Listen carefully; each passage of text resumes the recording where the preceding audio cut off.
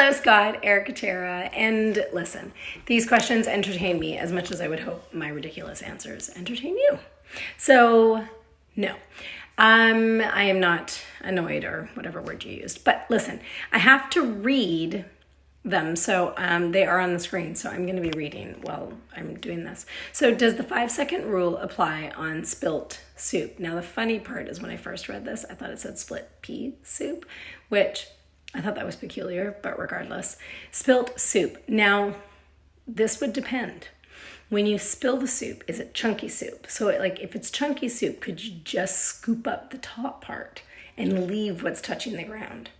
If it's watered soup, then no, we're not going to pick that up. We can't pick that up. You can't even pick it up. It's like all over the ground and it's like spreads out because it's liquidy, it's brothy. But if it's like a chunky soup, I mean, maybe could be salvaged. I don't know. Up to the person.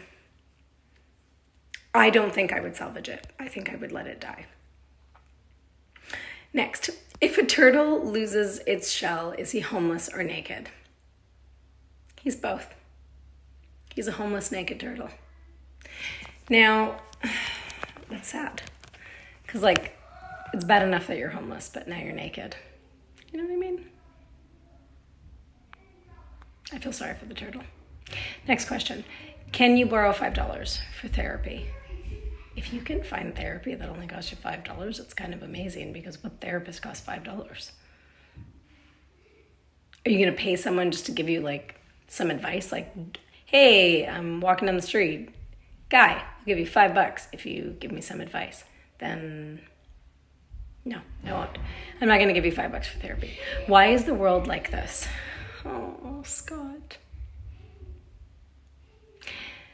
Okay, my answer is based on interpretation.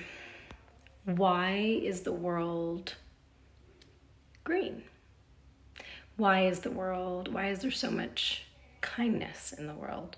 Why are there so many people that do so many wonderful things in the world? Why is there so much hatred? Why is there so much anger? Why is there so much frustration? I mean, there is anger and hatred because people are becoming selfish. And also because there's just too many damn people. I hate to be preaching Ellie, but there really is just too many damn people. So now people are becoming more greedy with time and space and objects and everything because there's only so much, right? So people are starting to become more possessive over all the things. So I think there's just too many damn people. Now, of course I love all my family and my people, so I don't want anything to happen to them, but at the same time, listen, it's so complicated. Okay, I don't know why the world is like this. I'm going to focus on the good. I'm going to focus on the joy, because if I don't, that question would just be so unbelievably depressing all the time. Why is the world like this? Next question. Okay. Have I seen the latest thing? No, it's gone. Next thing. To be honest, I'm not really a trend follower.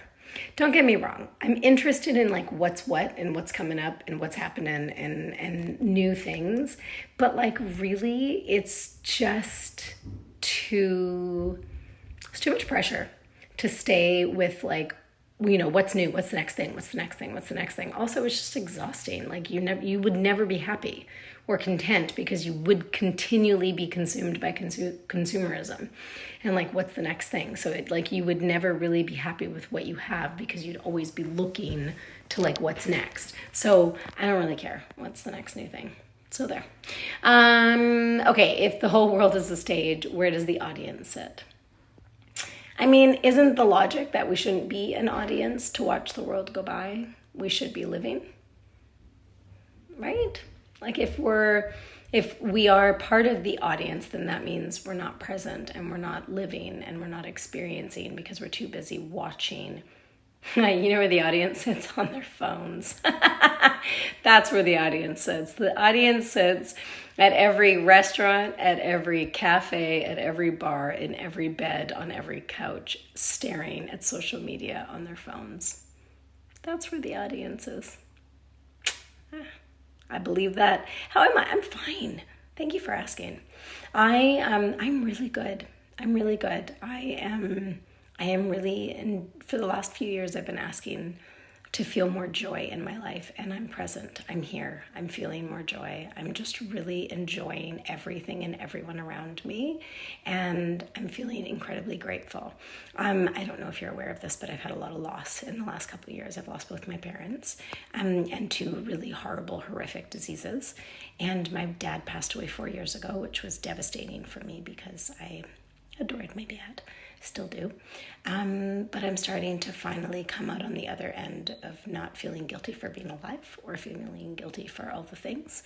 And I'm really, really focusing on being joyful and living happily, because I think that's what he would have wanted me to do. So I'm really good. Thank you for asking. I hope you are too. How are you? Okay, can blind people see in their dreams? I sure fucking hope so. Yes, I just swore. I hope so. I mean, yeah. I don't know what they're seeing. Maybe they're seeing color. Maybe there's, if they've never seen things before, then, I mean, what have they seen? If they've seen things and then become blind, then maybe they're seeing memories of what they remember things to be. I don't know the answer, but I hope so.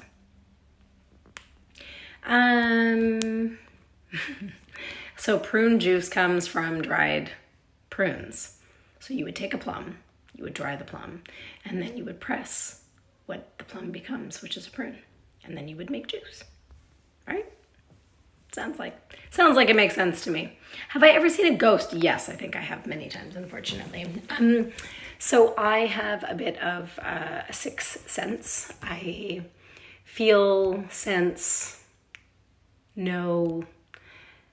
I have zero control over it. I am not a medium. I am not anything like that, but I do have feelings about things, and I can feel when something's going to happen. Sometimes I can feel, I have zero control over it. So sometimes things just happen and I just know what's going to happen or how it's going to happen or whatever. And yes, I have seen presence. What's really cool about the way that I've seen it is it's not really there, but it's there. So it's not like I watch a ghost, but I feel a ghost, or I feel that I see something. Maybe it's just my imagination. Maybe I'm just crazy. But yes, I think I have. I didn't read these ones. If all the world is in debt, where did that money go? And who do we owe? I mean, isn't all the world in debt? I feel like at this point, probably, except for the billionaires. I think all the world is indebted to the billionaires. Well, don't the banks borrow money from the billionaires to pay all of us, and then the bank owes the billionaires? Isn't that kind of how it works? Isn't it some crazy, like, I don't actually know how it works, but isn't it some like weird, crazy thing like that? I don't know. I don't really want to owe anybody money, so I don't know. I don't know the answer. Why am I so cool? I know, right?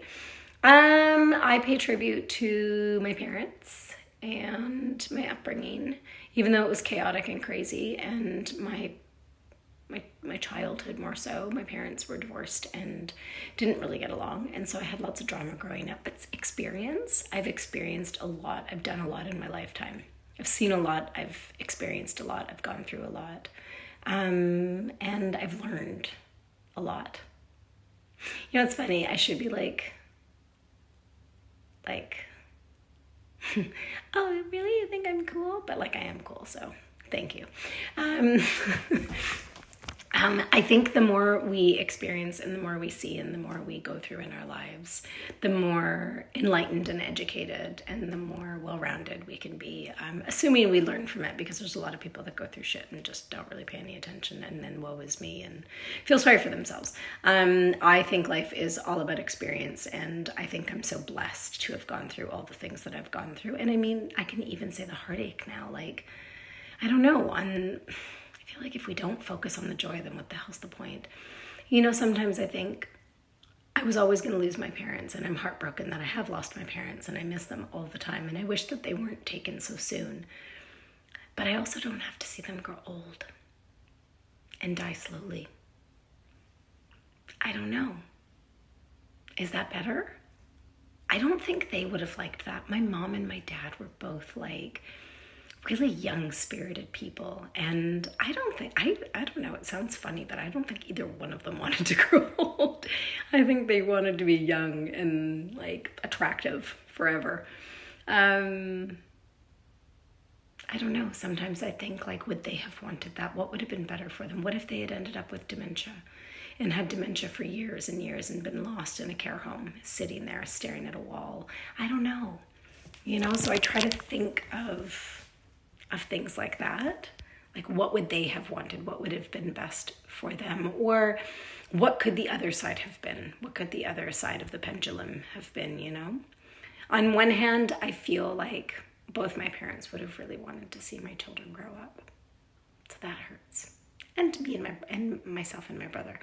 So that really hurts. But anyways, enough of that. I feel like experience in life and growing and learning from all these things is what really makes us value the world that we live in and the life that we have.